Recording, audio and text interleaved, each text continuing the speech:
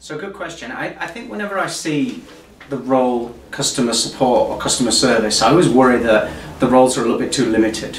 I mean, just customer support and customer service infers a level of reactivity, i.e. somebody there to fix things when things go wrong. And I think customer experience infers much more of a customer journey. It's thinking about, as the customer engages with your organisation, it's a journey that they're going on. And customer experience is a lot more about making sure that journey is a pleasant one from end to end. So it infers a lot more proactivity, and therefore it's a lot more holistic in its scope. So I think customer experience is just something that is a little bit more holistic and thinks a little bit more outside the box, not just there for when things go wrong.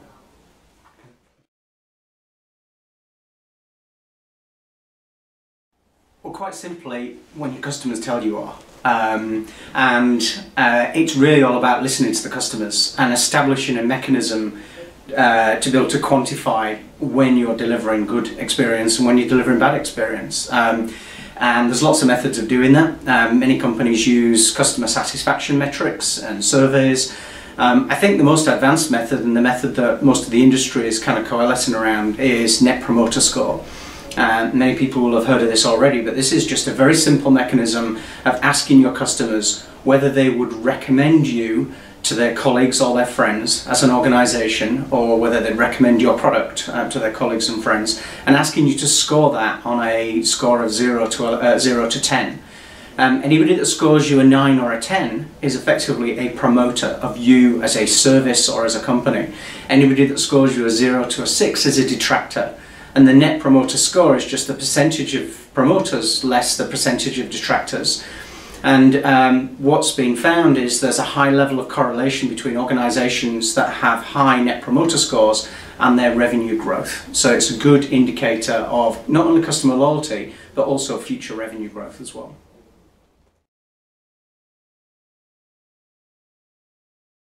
So that's $1 million question. I think, though, for me, this is a personal view, but there's two key things really. It really comes down to trust and empathy.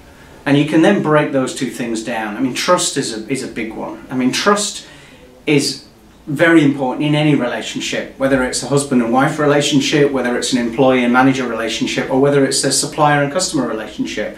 Trust is absolutely key. And trust is really about doing what you say you'll do, doing it well, doing it consistently.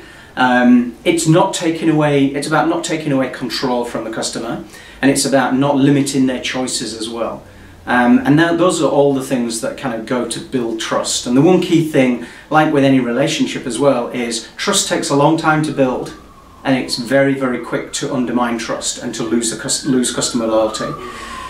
The other part is empathy, and I think empathy also covers a number of bases as well, but empathy is all about understanding your customer's emotions, understanding their values, creating an experience that the customer can really engage in on a personal level, and is socially engaging as well.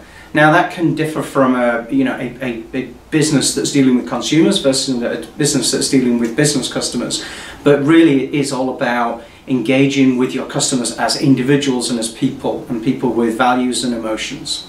So trust and empathy are the two key things really that I think cover great customer experience.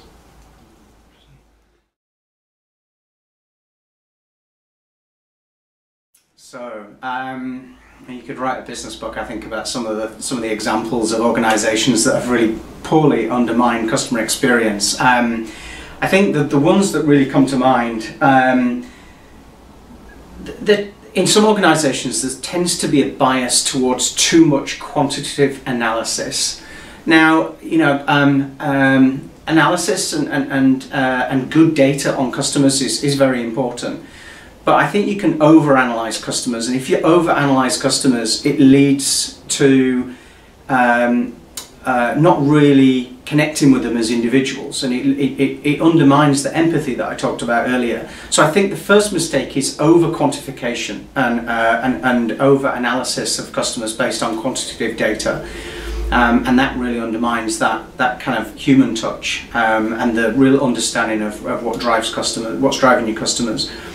I think the second thing is too much competitive analysis. Again, many organisations invest lots in really understanding their competitors. The problem is, I think, too much competitive analysis tends to lead to just copying what your competitors are doing. And I think that really trying to understand your customers' needs rather than looking at what your competitors are doing, but really understanding your customers' needs is the right thing to do versus too much competitive analysis. I think the other thing is organisations that focus too much on too much cost control in the interests of hyper efficiency. And the problem is you can keep on looking at your processes and making your processes more and more efficient to a position of hyper efficiency. The problem is that organisations that have done too much of that tend to then have an organisation that can't respond to change quickly. And we know that change happens extremely quickly, whether it's political, social, economic, technological change. And organisations that are over efficient just can't respond to that kind of change fast enough. And I think the last one is really the kind of short-termism that's looking for short-term profits. And short-term profits, typically what we would call bad profits, and constantly looking for short-term profit and bad profit as a result is fundamentally undermines long-term customer relationship. You need to building customer relationships and building trust with customers is a long-term thing, and bad profit undermines that building of long-term customer relationships. So those are the four that I can think of really as being the key things that I've seen organisations do to undermine customer experience.